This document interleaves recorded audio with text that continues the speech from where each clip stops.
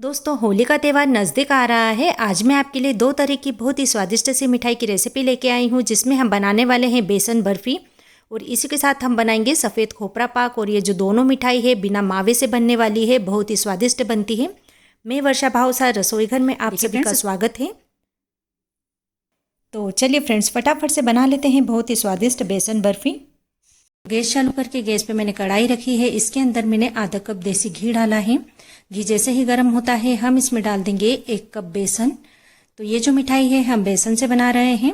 Gas का flame हमें लो रखना है और धीमी धीमी आंच पे बेसन को हमें यहाँ पर अच्छे से भूनना है।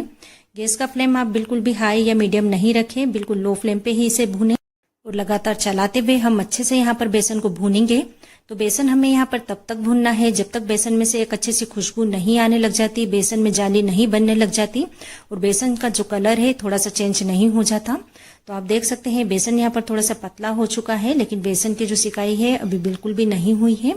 तो इसी तरह मैं यहाँ पर लगातार चलाते हुए बेसन को अच्छे से भून लूंगी। इस मिठाई को बनाना बहुत ही आसान है और घर पर रखे हुए सामान से ही बनकर तैयार हो जाती है।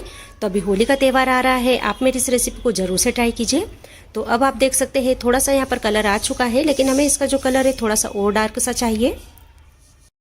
हमें इसका जो कलर है थोड़ा सा डार्क ब्राउन सा चाहिए, ताकि जो मिठाई है खाने में मुंह में चिपके नहीं, यानी बेसन की जो भुनाई है बहुत ही अच्छे से हो जाए। तो कुछ ही देर में आप देखेंगे अब बेसन यहाँ पर अच्छे से भून के तैयार हो चुका है। बेसन भूनने में ज्यादा समय नहीं लगता है, इस बात का आप ध्यान रखें कि लगातार चलाते हुए ही बेसन को भूनें। तो बेसन जैसे ही भूनता है हम इसमें डाल देंगे 2 छोटी चम्मच दूध। दूध हमें यहाँ पर बिल्कुल रूम टेम्परेचर पर चाहिए, ना ही गर्म चाहिए और ना ही ठंडा चाहिए। बहुत ज्यादा दूध की आवश्यकता नहीं है, केवल 2 छोटी चम्मच मैंने दूध डाला है और दूध डाल के हम इसे फिर से अच्छे से चला लेंगे। तो दूध डालने से ये होगा कि एक तो इसमें छोटे छोटे दाने बन जाएंगे, जिससे जो हमारी मिठाई है खाने में बिल्कुल भी चिपकेगी नहीं और बहुत ही स्वादिष्ट लगेगी और साथ ही इसका जो टेस्ट है वो भी बढ़ जाएगा। तो तब तक हम इसे भूनेंगे जब तक इसके जो ऊपर का झाग है खत्म नहीं हो जाता। तो इस समय भी हमें बेसन को चलाना छोड़ना नहीं है, लगातार चलाते हुए ही हमें इसे भूनना है। तो अब आप देख सकते हैं इसमें जितना भी झाग था वो खत्म हो चुका है। गैस का फ्लेम मैंने बिल्कुल ऑफ कर दिया है और अब मैंने यहाँ पर लिया है पौना कप मिल्क पाउडर, लेकिन पूरा एक साथ नहीं डालेंगे, थोड़ा थोड़ा करके डालेंगे। गैस का फ्लेम ऑफ करके ही डालना है, इस बात का आप ध्यान रखें। और मिल्क पाउडर डाल के हम इसे अच्छे से मिक्स कर लेंगे। तो इस तरह से आप इसे प्रेस करते हुए मिक्स कीजिए, ताकि मिल्क पाउडर और बेसन जो है अच्छे से मिक्स हो जाए, यानी मिल्क पाउडर में किसी तरह के कोई लम्स ना रहे, इस बात का आप ध्यान रखिए। इस तरह से इसे अच्छे से मिक्स कर लीजिए। कुछ देर आप चलाएंगे तो देखेंगे मिल्क पाउडर और बेसन यहाँ पर अच्छे से मिक्स हो चुका है। तो अब हम इसे रख देते हैं साइड में और इसके लिए बना लेते हैं चाशनी। तो गैस चालू करके गैस पे पैन रखा है, इसके अंदर हम डाल देते हैं 1 कप चीनी। जिस कप से बेसन लिया था उसी कप से मैंने चीनी ली है और आधा कप मैंने यहाँ पर पानी डाला है, यानी 1 कप चीनी के लिए आधा कप पानी की आवश्यकता होगी। तो अब हम यहाँ पर इसे अच्छे से मिक्स कर लेते हैं, यानी चीनी को पानी में घोल लेते हैं। तो आप देख सकते हैं चीनी पानी में यहाँ पर घुल चुकी है। तो अब हम यहाँ पर इसकी चाशनी बनाएंगे। चाशनी हमें यहाँ पर इसकी 1 तार की चाहिए। गैस का फ्लेम आप हाई कर दीजिए, ताकि चाशनी जो है फटाफट से बनकर तैयार हो जाए। तो अब हम इसे एक बार चेक कर लेते हैं कि चाशनी हमारी बनी है या नहीं। तो उंगली और अंगूठे के बीच में हम इस तरह से लेके देखेंगे। आप देखेंगे यहाँ पर एक बरोबर सा तार बन रहा है, बस इसी तरह की चाशनी चाहिए, यानी बिल्कुल 1 तार वाली चाशनी होना चाहिए। तो अब मैं इसमें डाल रही हूँ थोड़ा सा केसरी येलो फूड कलर है, टोटली ऑप्शनल है, अगर आप डालना चाहें तो डालें, नहीं तो स्किप भी कर सकते हैं। इसी के साथ मैंने यहाँ पर आधी चम्मच इलायची का पाउडर लिया है, इसे भी इसमें अच्छे से मिक्स कर दिया है। तो अब हम गैस का फ्लेम बिल्कुल ऑफ कर देंगे। चाशनी बनकर बिल्कुल हमारी यहाँ पर तैयार हो चुकी है। अब इस चाशनी को उठा के हम डाल देते हैं बेसन और मिल्क पाउडर वाली कढ़ाई में। तो गैस हमें चालू नहीं करना है, गैस हमें बंद ही रखना है और इन सभी चीजों को अच्छे से मिक्स करना है। तो कुछ देर आप इसे इसी तरह से चलाते हुए अच्छे से मिक्स कीजिए, ताकि सभी चीजें आपस में अच्छे से मिक्स हो जाएं। तो फ्रेंड्स, अगर आप पसंद करते हैं तो इस समय यहाँ पर आप कुछ ड्राई फ्रूट्स भी डाल सकते हैं, लेकिन मैंने यहाँ पर नहीं डाला है। तो इसे अच्छे से चलाते हुए मिक्स कर लेती हूँ और तब तक मिक्स करेंगे जब तक ये कढ़ाई छोड़ने नहीं लग जाता। तो आप देख सकते हैं कुछ ही देर में ये कढ़ाई छोड़ने लगा है, लेकिन ये पूरी तरह से ठंडा नहीं हुआ है, ये गर्म ही है। तो अब हम इसे डाल देते हैं किसी चिकनाई लगी हुई ट्रे में। अगर आपके पास ट्रे नहीं है तो आप थाली का भी यूज कर सकते हैं या कोई प्लेट ले लीजिए। तो फ्रेंड्स, है ना इस मिठाई को बनाना बहुत ही आसान, और ये जो मिठाई है ना आपको 4 मिठाई का स्वाद एक साथ देने वाली है, यानी सोहन पपड़ी, बेसन बर्फी, बेसन के लड्डू और मोहन थाल, सभी का स्वाद आएगा आपको इस मिठाई में। इसे आप एक बार जरूर से ट्राई कीजिए, सभी को पसंद आने वाली मिठाई है। तो अब मैं इसे थोड़ा सा सेट कर देती हूँ ताकि ये बिल्कुल इक्वल सी हो जाए। और अब मैं इसके ऊपर डाल रही हूँ थोड़े से ड्राई फ्रूट्स। टोटली आपकी इच्छा के ऊपर है, आप जो भी ड्राई फ्रूट्स यहाँ पर पसंद करते हैं वो डाल दे, और अगर नहीं डालना चाहे तो चांदी के बरक लगा दे, या फिर वो भी नहीं लगाना चाहे तो प्लेन ही रहने दे, ऐसे भी अच्छी लगेगी। तो मैंने यहाँ पर थोड़ी सी पिस्ता के कतरन और थोड़ी सी बादाम के कतरन डाली है। और अब हम इसे अच्छे से सेट होने देते हैं लगभग 20 मिनट के लिए। अगर आपको जल्दी है तो फ्रिज में रख दीजिए, 10 मिनट में अच्छे से सेट हो जाएगी। तो आप देख सकते हैं ये जो मिठाई है बहुत ही अच्छे से सेट हो चुकी है। इसे सेट होने में लगभग 20 मिनट का समय लगा है। तो अब हम इसे कर लेते हैं कट। तो फ्रेंड्स, अगर आप ये रेसिपी फेसबुक पेज पे देख रहे हैं तो फेसबुक पेज को फॉलो कर लीजिए, क्योंकि वहां भी मैं इसी तरह से नई नई रेसिपीज लेके आती रहती हूँ। अब मैं यहाँ पर इसके पीस रख रही हूँ। पीस आप अपने मनपसंद कैसे भी काट सकते हैं, जिस भी शेप में आप इसे रखना चाहें, थोड़ा सा लंबाई में या छोटा। तो दोनों तरफ से मैं यहाँ पर इसी तरह से इसे कट कर लेती हूँ।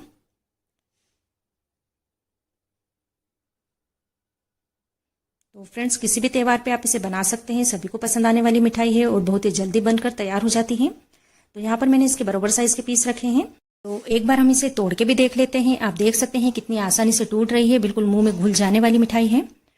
तो अब हम इसे कर देते हैं साइड में और इसके निकाल लेते हैं बिल्कुल इक्वल साइज के पीस।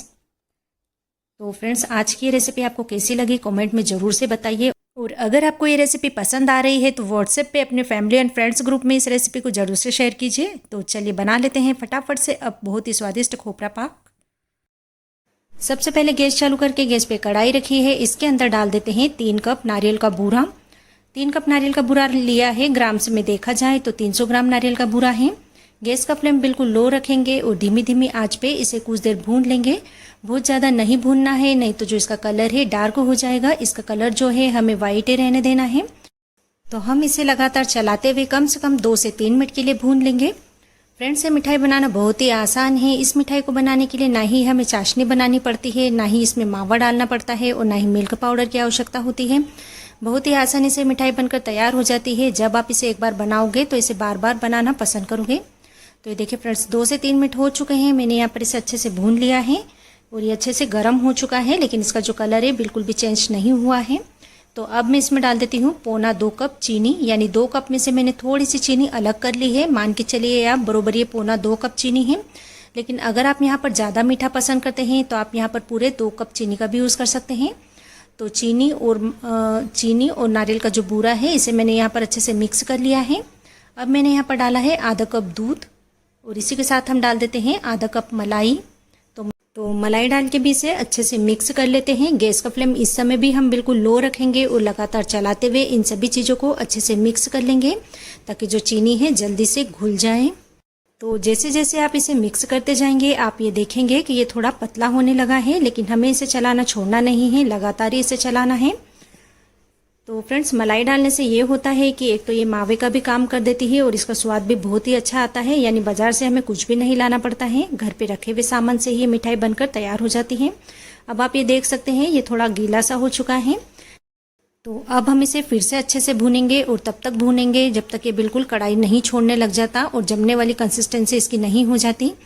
तो इसे भूनने में लगभग 5 से 6 मिनट का समय लग सकता है। आप इसे लगातार चलाते हुए ही भूनें। तो देखिए इस तरह से मैं यहाँ पर इसे लगातार चलाते हुए अच्छे से फिर से भून रही हूँ।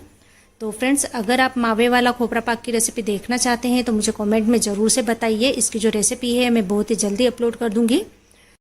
तो फ्रेंड्स, अभी रक्षाबंधन भी आ रहा है। रक्षाबंधन पे आप मेरी इस रेसिपी को ज़रूर से ट्राई कीजिए, सभी को पसंद आएगी। अब आप देखेंगे पूरी तरह से कढ़ाई छोड़ने लगा है तो हम इसके अंदर डाल देते हैं आधा चम्मच इलायची पाउडर। आप चाहें तो यहाँ पर रोज़ एसेंस का भी यूज़ कर सकते हैं और इसे भी अच्छे से मिक्स कर लेंगे। ये पूरी तरह से जब कढ़ाई छोड़ने लगे तब आप समझ जाइए कि जो इसकी कंसिस्टेंसी है जमने वाली हो चुकी है। लेकिन अगर आपको ऐसे समझ नहीं पड़ता है तो इस मिश्रण को आप एक बर्तन में डालिए इस तरह से और इसकी गोली बना के देखिए। ये देखिए इसकी गोली पूरी तरह से बन रही है, यानी जो इसकी कंसिस्टेंसी है बिल्कुल परफेक्ट है, पूरी तरह से इसकी गोली बन रही है। तो इसी तरह से हमें यहाँ पर इस मिश्रण को बनाना है। तो आप चाहें तो यहाँ पर इस समय कटे हुए ड्राई फ्रूट्स का भी यूज़ कर सकते हैं, लेकिन ये जो मिठाई है केवल इलायची पाउडर से ही अच्छी लगेगी। तो अब हम यहाँ पर गैस का फ्लेम बिल्कुल ऑफ कर देते हैं। अब मैंने यहाँ पर एक ट्रे को पहले से ही घी लगा के ग्रीस कर लिया है। आप चाहे तो किसी थाली में इसे जमा सकते हैं। तो इस सारे मिश्रण को हम डाल देते हैं इस ट्रे के अंदर और इसे अच्छे से सेट कर देते हैं। चारों तरफ इसे अच्छे से फैला देते हैं।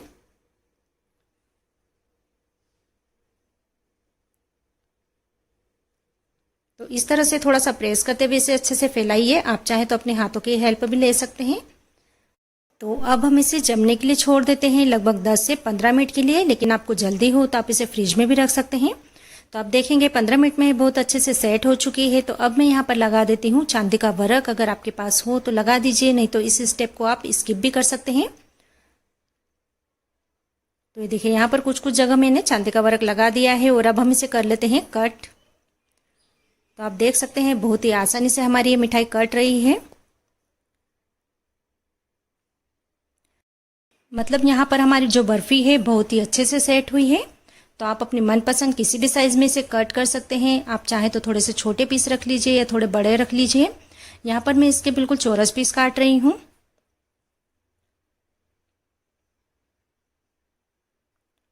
और अब हम इसे निकाल लेते हैं ट्रे में से बाहर। तो आप देखेंगे कितनी आसानी से ये मिठाई बाहर निकल रही है। तो है ना फ्रेंड्स, इस मिठाई को बनाना बहुत ही आसान। तो बिना झंझट के बहुत ही स्वादिष्ट मिठाई बनकर बिल्कुल तैयार है। तो आज की ये रेसिपी आपको कैसी लगी कमेंट में ज़रूर से बताइए। और अगर मेरी रेसिपी आपको पसंद आ रही है तो अपने फ्रेंड्स और फैमिली में ज़रूर से शेयर कीजिए। और चैनल पे नए हैं तो प्लीज़ चैनल को सब्सक्राइब कीजिए और पास में बेल आइकन है, इसे प्रेस करना बिल्कुल ना भूलें। साथ ही आप मेरे फेसबुक पेज को भी फॉलो कर सकते हैं। तो अब मैं यहाँ पर इस तरह से पिस्ता लगा देती हूँ ताकि दिखने में और भी सुंदर लगे। अगर आप लगाना चाहें तो लगाइए, नहीं तो आप इसे स्किप भी कर सकते हैं। बिना मेहनत के बहुत ही स्वादिष्ट मिठाई बनकर बिल्कुल तैयार है। एक मैं आपको तोड़ के दिखाती हूँ। आप देख सकते हैं कितनी अच्छी मिठाई बनी है। तो मिलते हैं एक नई रेसिपी के साथ।